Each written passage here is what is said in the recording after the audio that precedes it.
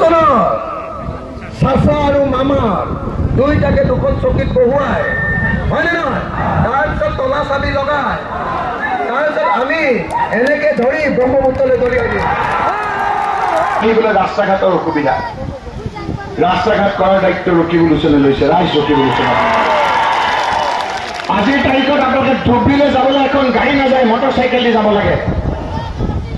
ৰকিবুল হুছেইনে অহংকাৰ কৰক আপোনালোকৰ ইয়াৰ পৰা অহা যোৱা ৰাস্তা গাড়ীৰে কৰাৰ দায়িত্ব ৰকিবুল হুছেইনে আৰু যদি ৰকিবুল হুছেইনে এই কথা মানিব নোৱাৰে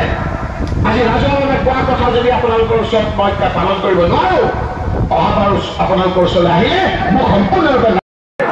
হয়নে নহয় এইবাৰ 2026 চনত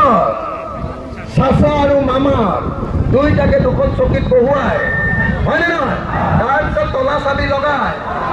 তাৰপিছত আমি এনেকে ধৰি ব্ৰহ্মপুত্ৰলৈ দলিয়াই দিওঁ হয়নে নহয় 26ত আমাৰ চৰকাৰ হ'ব 26ত আমি বিজেপিক দলিয়াই দিম ব্ৰহ্মপুত্ৰত সদৰৰ দিনত দলিয়াই দিম হ'বনে নহ'ব হ'বনে নহ'ব হ'বনে নহ'ব ৰকিবুল হুছেইনক ভোট দিব নেকি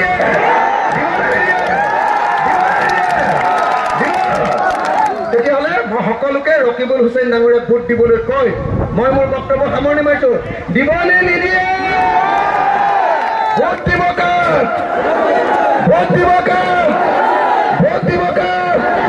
ভোট দিব কাক কোন চিনত ভোট দিম কোন চিনত ভোট দিম কোন চিনত ভোট দিম ধন্যবাদ জয় অসম অঞ্চলৰ চৰত মই কথা দিছো এজন সীমান্ত নহয় দুজন সীমান্ত নহয় তিনিজন সীমান্ত হয় 50 জন সীমান্তই আপোনালোকৰ গাৰ নোমাই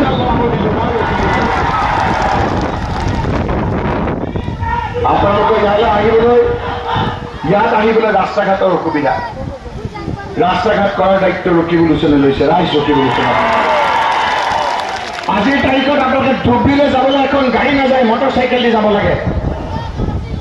ৰকিবুল হুছেইনে অহংকাৰ কৰক আপোনালোকৰ ইয়াৰ পৰা অহা যোৱা ৰাস্তা গাড়ীৰে কৰাৰ দায়িত্ব ৰকিবুল হুছেইন আৰু যদি ৰকিবুল হুছেইনে এই কথা মানিব নোৱাৰে আজি ৰাজহুৱাভাৱে কোৱা কথা যদি আপোনালোকৰ ওচৰত মই পালন কৰিব নোৱাৰো অহাবাৰ আপোনালোকৰ ওচৰলৈ আহিলে মোক সম্পূৰ্ণৰূপে নাকচ কৰিব মই প্ৰত্যাহ্বান জনাইছো আপোনালোকৰ কাৰণ নিশ্চয় আপোনালোকৰ ওচৰলৈ আহিছো হিমন্ত বিশ্ব শৰ্মাৰ অত্যাচাৰৰ পৰা মই আপোনালোকক পৰিত্ৰাণ দিবৰ কাৰণে নিৰাপত্তা দিয়াৰ কাৰণে সংকল্প ল'বলৈ আজি ভূপেন বৰাৰ সন্মুখত আপোনালোকৰ ওচৰলৈ আহিছো ৰাইজ এবাৰ মৰম কৰক বহুতে ক'ব যে ৰকিবুল হুছেইনৰ কথা শুনিবলৈ আহিলো আমিতো ইয়াত হিমন্ত বিশ্বক সমৰ্থন নকৰো তই হিমন্ত বিশ্ব শৰ্মাৰ কথা কিয় কৈ আছে এইকাৰণে কৈ আছো ৰাইজ যে হিমন্ত বিশ্ব শৰ্মাৰ ভেষত এইবাৰ বদৰুদ্দিন আজমল ডাঙৰীয়া আপোনালোকৰ ফালে আহিছে ৰাইজ এটা ভোট যদি আপোনালোকে বদৰুদ্দিন আজমলক দিয়ে এটা ভোট কংগ্ৰেছৰ নষ্ট হয় দুটা ভোট হিমন্ত বিশ্ব শৰ্মাৰ লাভ হয় ৰাইজ এটা ভোট আপোনালোকে বদৰুদ্দিন আজমল ডাঙৰীয়াক দি দিব ৰাইজ এই লোকজনে আমাৰ লগত থাকি বুকুত কামুৰিছে বিভিন্ন ধৰণৰ আমাৰ এই মানুহৰ সমস্যা আৰু ডাঙৰ কৰি দিছে যেতিয়া হিমন্ত বিশ্ব শৰ্মাই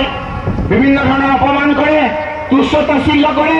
গৰুকুটিত উচ্ছেদ কৰিবলৈ গৈ এই ভূপেন বৰাই যেতিয়া তাত গৈ নিজৰ চাৰ্ট ফালি মই এই লোকসকলক উচ্ছেদ কৰিব নিদিওঁ বুলি যেতিয়া সংকল্প লয় তেতিয়া আমাৰ দেশ বলিৰ ওপৰত মৰা মানুহটোৰ ওপৰত 10-12জনে জঁপিয়াই আমাৰ নিৰ্মমভাৱে এই হত্যাকাণ্ডৰ ওপৰত এটা পাহৰি আনন্দ লাভ কৰে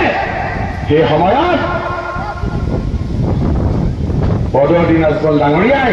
হিমন্ত বিশ্ব শৰ্মাৰ জুইকুৰাত